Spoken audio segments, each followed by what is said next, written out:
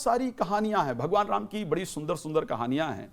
मुझे याद है भगवान राम की कहानी की अगर एक बड़ा सुंदर दृश्य है कि रावण जो है, जब रावण को भगवान राम ने मारा और भगवान रावण का जब वध किया और वध करने के बाद एक जगह बैठे हुए हैं, पीछे एक परछाई कुछ आती है और परछाई जब कुछ महसूस होता है भगवान को कि पीछे आखिर कौन है, तो भगवान राम पीछे पीछे मुड़ते नहीं हैं और उस कहते हैं माँ, उनको ये महसूस होता है कोई महिला है, तो कहते हैं माँ आप कौन हो। और यहाँ मंदोदरी आती है भगवान के पीछे, और जैसे रावण के वध के बाद मंदोदरी जब वहां पर आती है, भगवान उसको देखते नहीं, भगवान को सिर्फ महसूस होता है कोई महिला है, तो कहते हैं माँ आप कौन हो।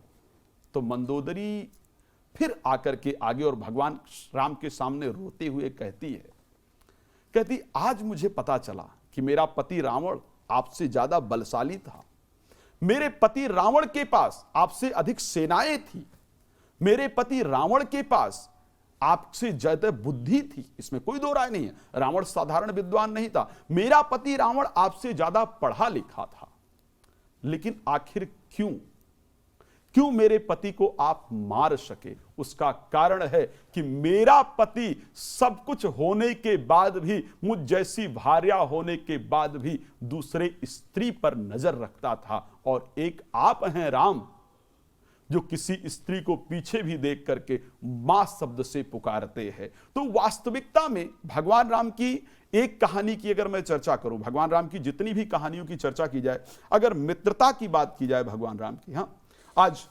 मित्रता की बात करते हैं हम लोग, तो थोड़ी सी मित्र के जीवन में प्रॉब्लम आ जाए, क्या करता है एक मित्र? आपका फोन नहीं उठाता है ना, प्रॉब्लम उसको ये पता भर चल जाए कि दूसरे मित्र के जीवन में प्रॉब्लम आ गई, फोन नहीं उठाता है। भगवान राम सुग्रीव से जब मित्रता करते हैं तो बताते हैं विपत्ति काल कर सतगुण नेहा और संतत कहि मित्र गुण एहा।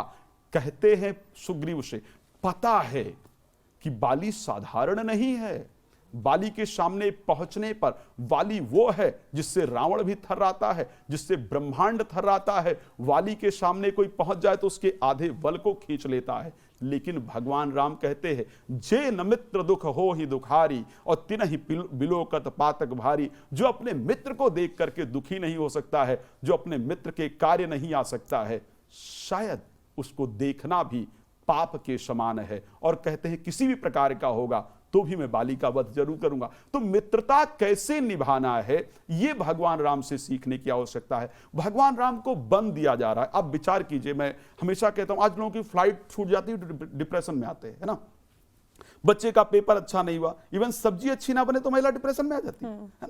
लेकिन अब राम जी को आप सोचिए कि जब माता कैकेयी जाती हैं, वन मांगती है उनके लिए, और भगवान राम को बुलाया जाता है और भगवान राम वहां पर खड़े हैं, तो क्या कहते हैं? गोस्वामी जी का बड़ा सुंदर शब्द है कि मन मुस्काय भान कुल भानु और राम सहज आनंद निधानु। जब यह बताया गया कि आपको राज्य नहीं दिया जा रहा है, आपको वन दिया जा रहा है, तो भगवान राम क्या मुस्कुराते हैं मन में और बड़ी सहजता से उसको स्वीकार किया। और जब माता कौशल्या के पास गया, उन युवाओं को सीखने की आवश्यकता है, उन युवाओं को समझने की आवश्यकता है जो प्रतिदिन पहुंचते हैं और अपने थोड़ी सी नॉलेज गेन कर लेने पर पिता कहते हैं पिताजी आपको तो पता ही नहीं है, पिताजी आपने हमारे लिए किया ही क्या है? अरे मेरे माता पिता तो मेरा सपोर्ट नहीं करते हैं, मेरे माता पिता तो मुझ पर ध्यान नहीं देते हैं, मेरे माता पिता ने आखिर मेरे लिए किया क्या है? तो मुझे वो शब्द याद आता है, जब माता पिता के बारे में मैं चर्चा करता हूं तो हर माता पिता एक शब्द कहता है, जिंदगी गिरवी रख दूं तू मुस्कुराने की कीमत तो बता। सिर्फ पुत्र और पुत्री के लिए माता पिता अपने जीवन को निकाल कर रख देना चाहते हैं। लेकिन जब महाराज दशरथ ने कहा, भगवान राम पहुंचते हैं माता कौशल्या के पास, तो ये नहीं कहते हैं कि हे मां मुझे पिताजी ने वन प्रदान कर दिया है। आप सोचिए कितने बड़े हैं राम और क्या सीखने की जरूरत है राम से। ये नहीं कहा कि पिताजी ने मुझे वन प्रदान कर दिया है, माता से कहा पिता दीन मोहि कानन राजू, हे मां मुझे राजा ही बनाया है। ये नहीं कहा कि अयोध्या की गद्दी पर बैठने जा रहा था मुझे वन भेज दिया, बोले नहीं पिता दीन मोहि कानन राजू, मुझे पिता ने वन का राज प्रदान किया है, जहां हर वान मोहि बड़ काजू, मतलब जहां पर मेरी आवश्यकता है, हे मां पिता ने मुझे वन का राजा बनाया है। तो राम से आखिर कितना कुछ सीखा जाए, क्या सीखा जाए, जितना कुछ आप शायद